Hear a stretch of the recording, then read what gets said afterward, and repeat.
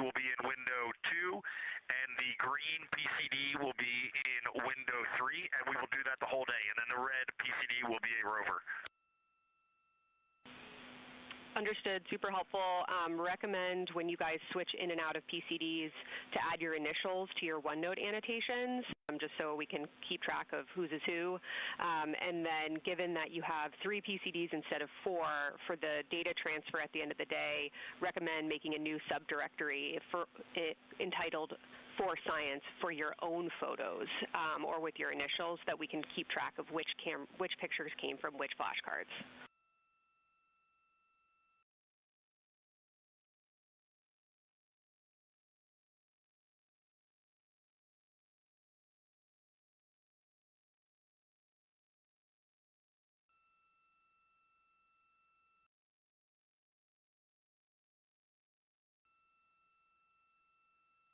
This view.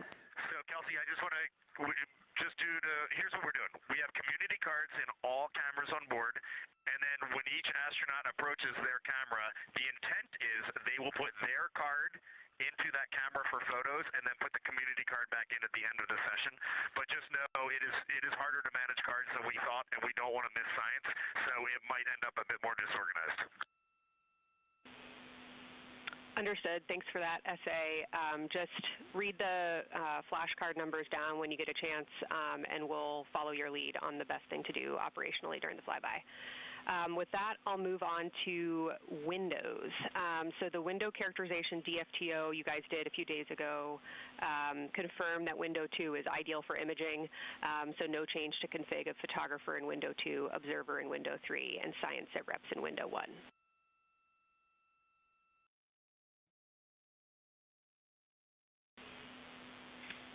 Coming up on a handover. Be back. Hang on, Kelsey. The way we have it configured, tell us if this is going to be wrong. Window 2 is the long lens with a shroud. As you heard, science officer called to the crew. We are now in a handover time period. We will regain communications with the crew very shortly. These are tracked, and we are currently on the Deep Space Network. This is the first time humans have used the Deep Space Network in over 50 years, given that we currently use the tracking data relay satellite systems for the International Space Station.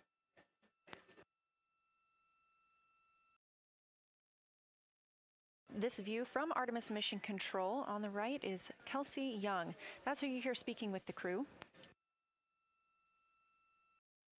Young is the Artemis Science Flight Operations Lead, and we also look forward to speaking with her here today.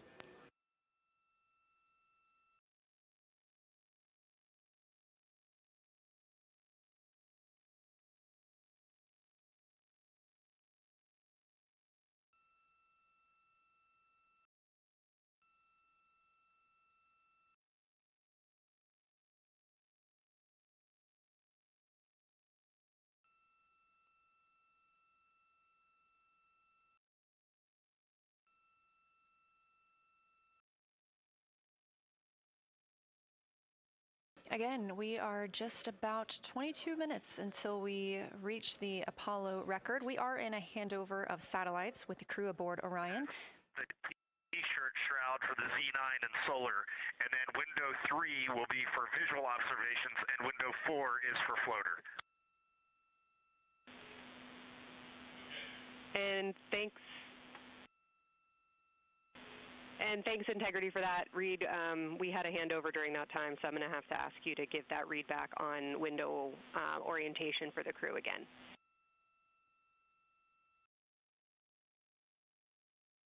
Okay, we are happy to change it, but the way we have it configured right now is window 1 has a T-shirt shroud for the Z9 for solar.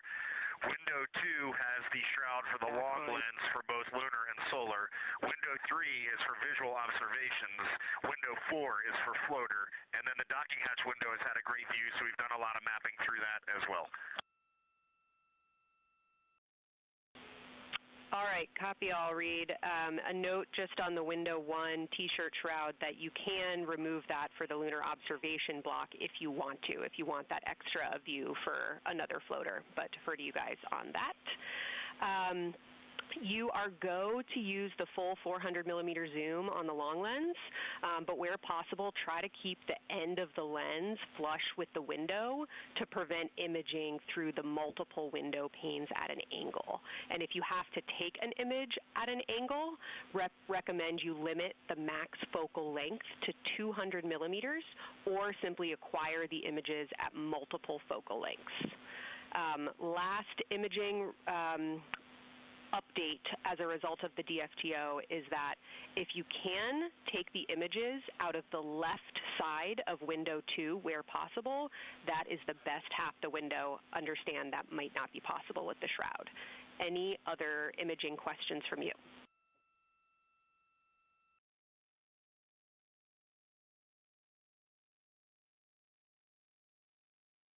Okay, copy that. Okay, last couple reminders. Don't forget the ability to take the WAV files to tag imagery that you are wanting to follow up on using the FN3 button on your camera. And then a couple quick notes on your LTP. We have refined your precise flyby timing since generating the LTP. Optimus has the correct timing for the LOS and AOS, but the LTP identifiers for LOS and AOS are roughly 2 minutes later than they will be in reality. Final LTP timing update is that the green line on your LTP should start automatically 45 minutes before the flyby. If it doesn't appear, let me know and I'll have troubleshooting steps for you. Last updates are on the eclipse, so only for that last hour today. Of course, remember if the sun is in view to use your eclipse glasses. And reminder that we will have a few activities for you prior to the eclipse to reconfigure all 3 cameras for corona and deep sky observations. These activities, some of which will occur during the forward link LOS, so we wanted to flag it for you now. Any questions before I cover the last 2 reminders?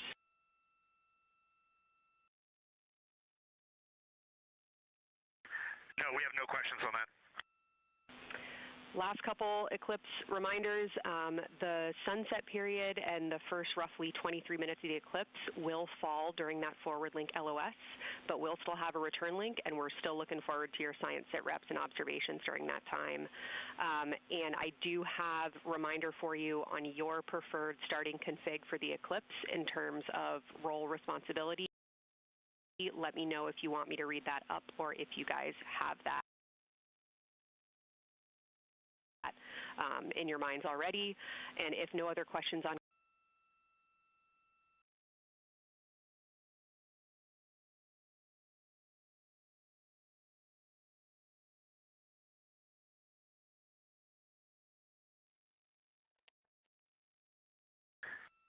give us a quick high level, but we see it in Optimus, and I think we got it squared away. But give us your quick Kelsey high level.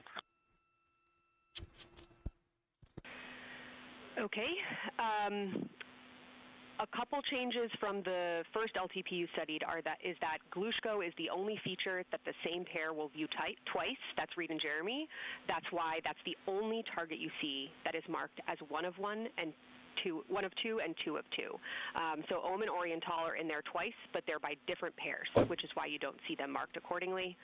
A note from feedback on your observations so far over the last couple days, a reminder that if you note structure and texture as well as color and albedo, please note any correlation between the 2, and also a reminder that negative observations are still valuable science. So a lack of color or a lack of structure associated with color is also valuable.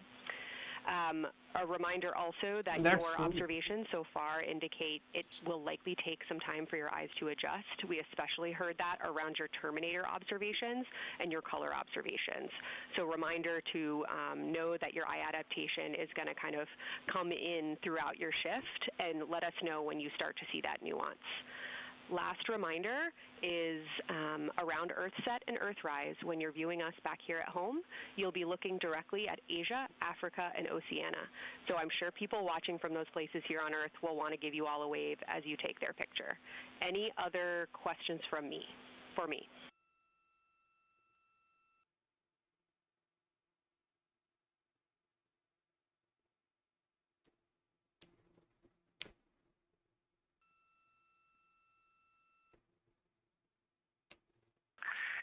Kelsey, hey, when you're talking window 2 left and right side, just can you say towards window 1 or towards window 3, and then we'll know that we are talking the same language? Absolutely. So I mean that the side of window 2 closest to window 3 is preferred for imaging. Technology is crazy, guys, these days. Technology. Okay, the side of window 2 closest to window 3 is preferred for recording. Stand by, we'll talk to the crew. Oh, we're going to witness history at this point. This is crazy. Again, we are in our pre-lunar flyby science conference with Kelsey Young. People are going to be part of the solar eclipse. Not the solar Young eclipse, is the Artemis but Science Flight Operations satellite lead, speaking with the eclipse. crew That's aboard crazy. Orion. Wow. They've been training for this moment for years, and this is their last opportunity to get some further pointers and information. Kelsey, for the T-shirt shroud, what window does the science team think will have the best view? Is it window 1 or window 4? The only time we're strongly recommending use of the window shroud. The T-shirt window shroud for the eclipse viewing, which window is primary for Z9? Window 1.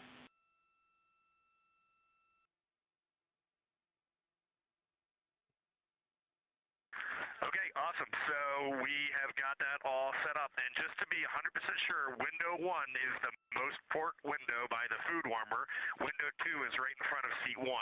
Window 3 is right in front of seat 2. And window 4 is on the starboard side by the side hatch. Do you agree with all that? We agree on the ground. Good readback.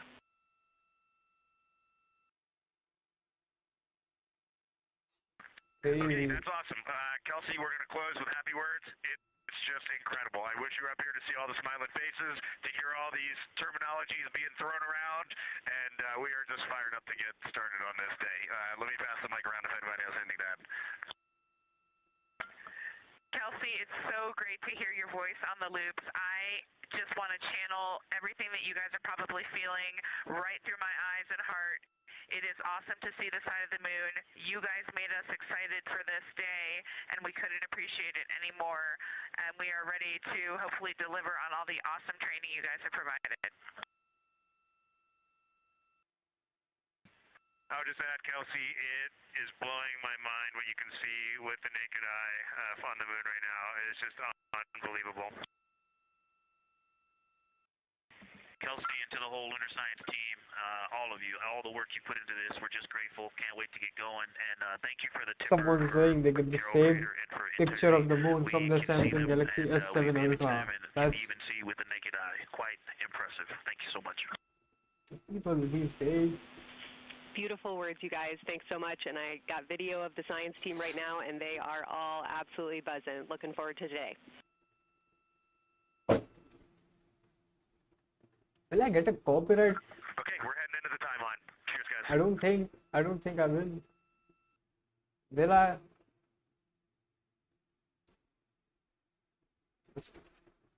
They should have just shown the moon. Of the pre-lunar flyby science conference with Dr. Kelsey Young. Young has served as the Artemis Science Flight Operations Lead, getting the crew ready. And we're live in Artemis Mission Control in Houston, but we are not the only room monitoring today's flyby. As you heard Young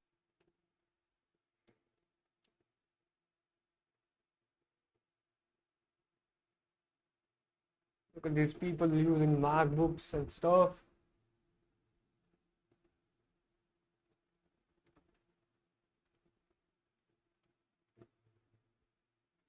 Launchpad. day. Additionally, and not pictured, we have the Science Mission Operations Room, a back room that processes data, evaluates imagery, and supports rapid analysis. Our science officer on console in Mission Control Houston serves as the primary interface between the science team and the flight controllers, ensuring science priorities are represented during mission execution. Again, today, that's Dr. Kelsey Young, who will be speaking with the crew during the time they're behind the moon. We will be speaking with her once the crew is behind the moon and out of communication with Earth. This is live streaming from the moon. Back inside the Orion spacecraft on your left, closest to the camera, NASA astronaut Christina Cook. To her left, NASA astronaut Reid Wiseman. To his left, Canadian Space Agency astronaut Jeremy Hansen. And all the way in the back, NASA astronaut Victor Glover, our Artemis II crew.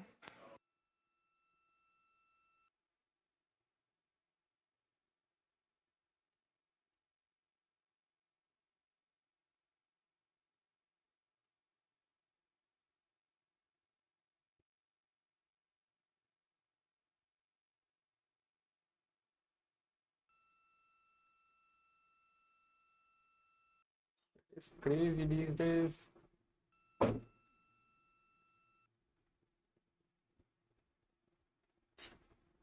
she talking? Yeah, she is. We are now approaching 8 minutes until the crew surpasses the Apollo 13 record. Currently 12,599 miles away from the moon, 248,507 miles away from Earth. Imagine being suspended in air in the middle of a spaceship and you're just stuck there. You can't do anything. So you just have to, I don't know, spit something. You may also hear Newton's the third Orion law spacecraft referred to today as integrity. This was study, named by the I don't know, Artemis II maybe. crew. It is Integrity crew, we have Reid's family in the viewing gallery. You're welcome to say hello. All this internet.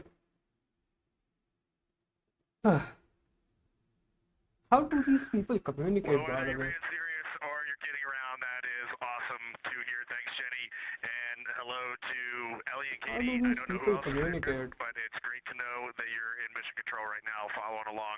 We are having a blast up here, and the view of the moon is absolutely amazing.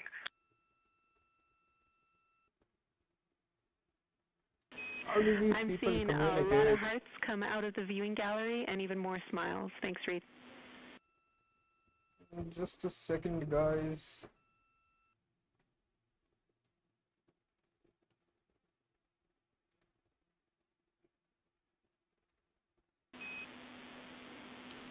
Copy heart, copy bracelet.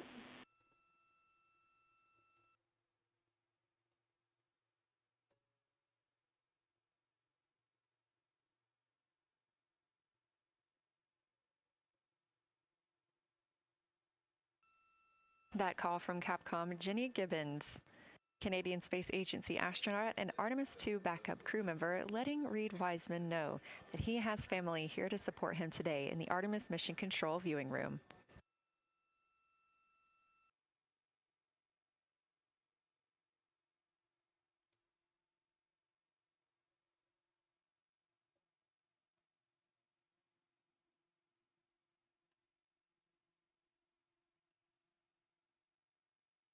As I was mentioning, we have the Orion spacecraft flying today. However, the Artemis crew members named their Orion spacecraft Integrity, so you will hear calls to this entire crew with the name Integrity.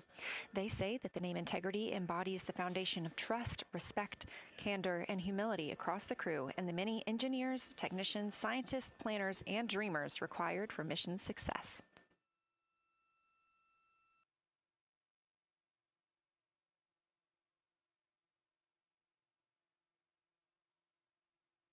This view live from the outside of Orion as we continue. Preparing for our lunar flyby, now less than 5 minutes from surpassing the record set by Apollo 13 astronauts for the farthest humans to travel from Earth. This will not be the farthest that Integrity travels today.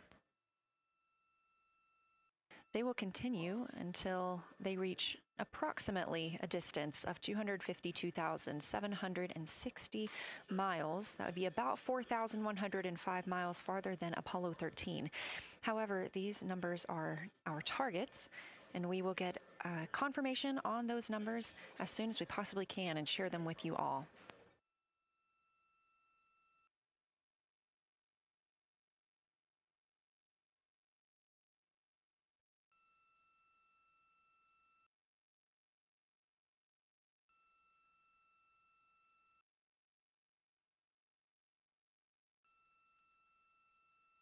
We talked a little bit about what to expect from the crew, whether that's taking photos or making audio recordings. To get a little more detailed, Reed Wiseman and Jeremy Hansen will be up first to capture imagery and record audio on the portable computing devices. You hear those referred to as PCDs, while Victor and Christina serve as the support members. The crew will switch windows and roles halfway through their shift, and 1 hour and 5 minutes later, Victor Glover and Christina Cook will be the next crew members at windows 2 and 3 to take photos and make annotations, while Reed and Jeremy take on those support roles. There are 5 viewing blocks, and the crew will swap out with each one. During 2 of the blocks, the 2 support members will also be able to enjoy their midday meal.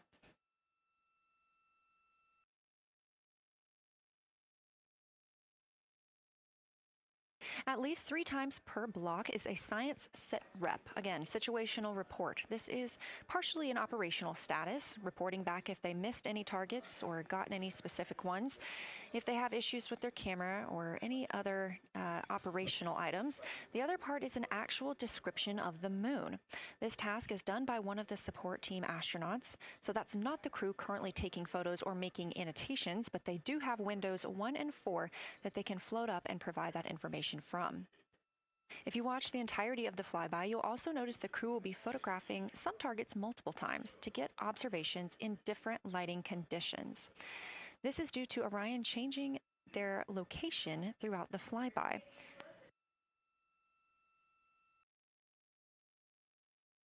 What this crew will be able to capture in a couple of hours of the same targets in different lighting would take orbiters years to do because of solar and spacecraft positioning.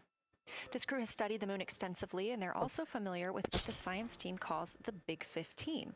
These are 15 features that they've memorized, so at any time, they'll be able to see 5 of those and help orient themselves and where they are around the moon.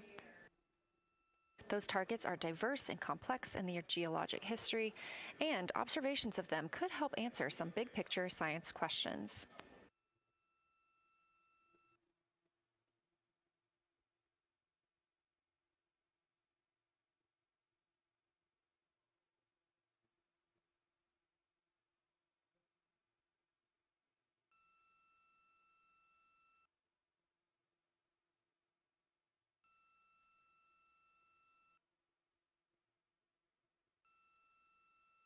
If you've been following the mission, you can see that the configuration of the cabin is a little bit different than what it looked like on launch day. After ascent, the crew were allowed to reconfigure their spacecraft, and you can see that they've taken down seats. They have also taken away footrests. This gives them more opportunity to move about the spacecraft. Yes, well, obviously.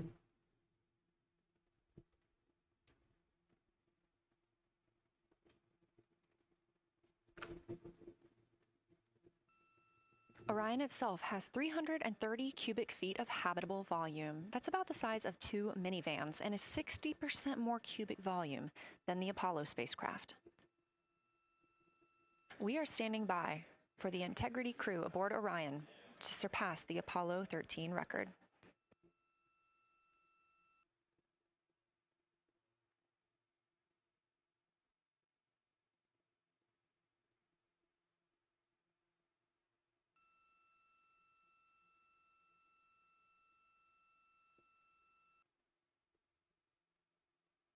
Apollo record just getting broke. I don't know if that's the right English, but Apollo's. We just broke the Apollo record, guys. We just broke the Apollo 13 record. That's crazy. What? It's glitching? Obviously. Integrity crew. On April 15th, 1970, during the Apollo 13 mission, 3 explorers set the record for the farthest distance humans have ever traveled from our home planet. At that time, over 55 years ago, Lovell, Swigert, and Hayes flew 248,655 statute miles away from Earth. Today, for all humanity, you're pushing beyond that frontier. Integrity, over to you. Let's go! Let's fucking go, guys! Let's fucking go! Breaking the record! Damn, that's historic, that's technology! Cabin of Integrity here as we surpass the furthest distance humans have ever traveled from planet Earth. We do so in honoring the extraordinary efforts and feats of our predecessors in human space exploration. We will continue our journey even further into space before Mother Earth succeeds in pulling us back to everything that we hold dear. But we most importantly choose this moment to challenge this generation and the next to make sure this record is not long-lived. Yeah, these guys are so, they're so happy. Thank you, Integrity, and congratulations to you and the rest of the Artemis II team. Let's just hope nothing goes wrong with them. I don't know why I said that, but Thank you, Houston. We have a couple more things we'd like to take this moment for. Our science team helped us out with a couple of relatively fresh craters on the moon that have not been previously named, and our crew would like to propose a couple of potential names for those items or those areas. And we spent a bit of time this morning looking out the window, and we're able to see them now both with our naked eye and through the long lens, and so we feel this is a good time to send this down, and a special shout out to Kelsey for helping us with this. The first one we'd like to suggest is a named crater in honor of our great spacecraft Integrity. And so if you were to look at Oriental on the far side and then draw a line straight up to Ohm on the far side, relatively in the middle is an unnamed crater, and we would like to suggest it be called Integrity in the future. breaking the record. And the second one, and especially meaningful for this crew, is a number of years ago we started this journey in our close-knit astronaut family, and we lost a loved one. And there's a feature in a really neat place on the moon, and it is on the near side, far side boundary. In fact, it's just on the near side of that boundary, and so at certain times of the moon's transit around Earth, we will be able to see this from Earth.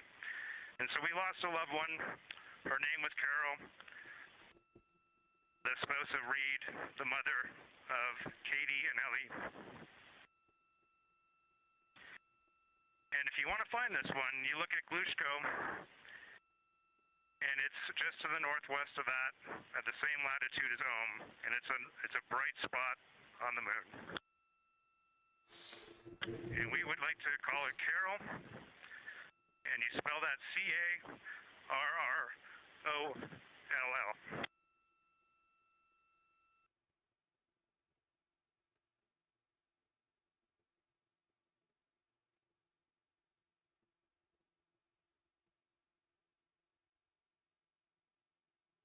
Yeah, let's go, guys. Let's go.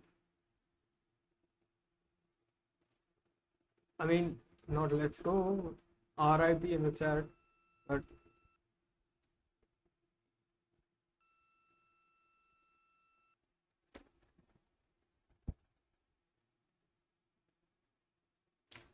stay strong, brother. Stay strong. Integrity and Carol Crater, loud and clear. Thank you.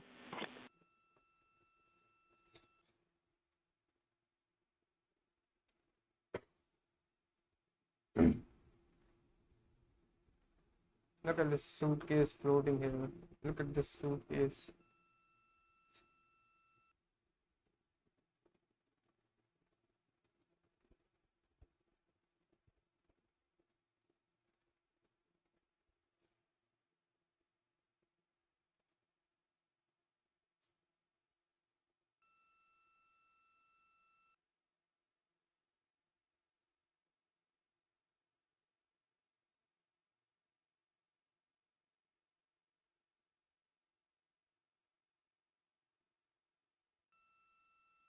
And W chart by W.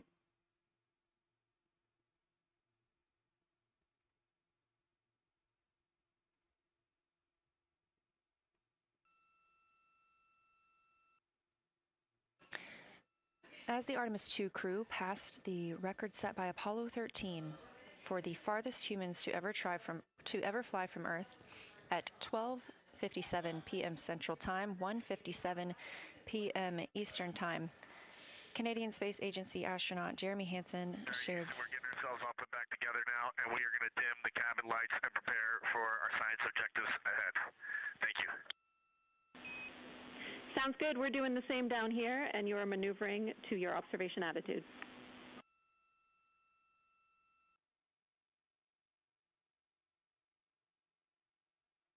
As we pass that Apollo 13 record of the furthest humans to ever fly from Earth at 12:57 p.m. Central Time, 1:57 p.m. Eastern Time, the Artemis II crew shared some poignant words, specifically Canadian Space Agency astronaut Jeremy Hansen. The crew also called down 2 craters not yet named that they would like to name. One, Integrity, in honor of their spacecraft, which they have named. That's near the Ohm crater. Another near Glushko, which is a bright spot, named Carol, in memory of Reed Wiseman's wife.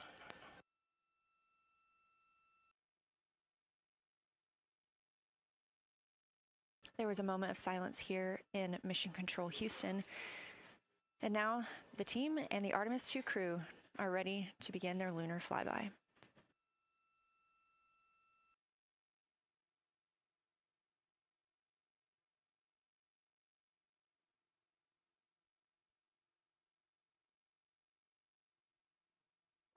Seeing.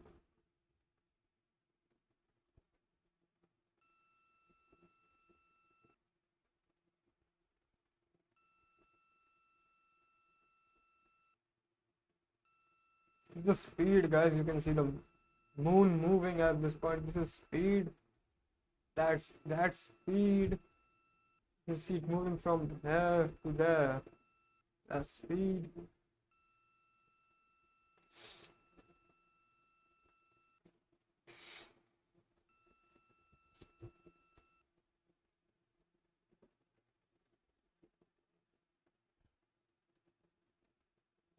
What do I even talk about at this point? I don't understand. What do I talk about? Shall I? Shall? Should? Should I? Shall I? Should I talk about AI? Should I talk about Anthropic? Should I hack Anthropic server? Crazy. This is crazy. This is crazy stuff.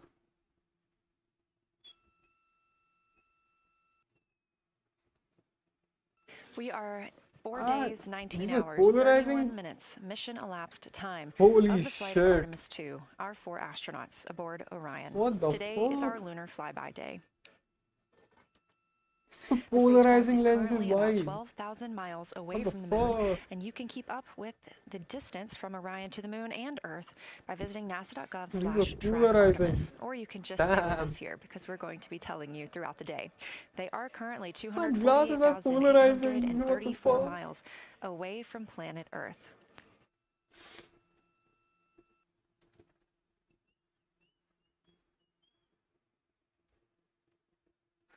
देखो ही ऐसा गीत गाओ आरज़ू से कहो अगर तुम कहो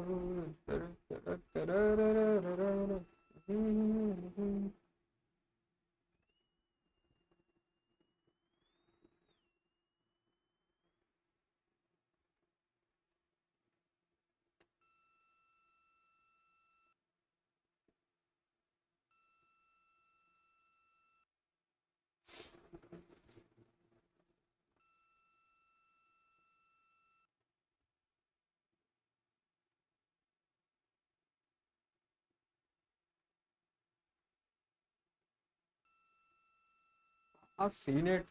I think I've seen a lot of it. I'll just quit it. I'll start doing something else. I'll just end this stream and do something else.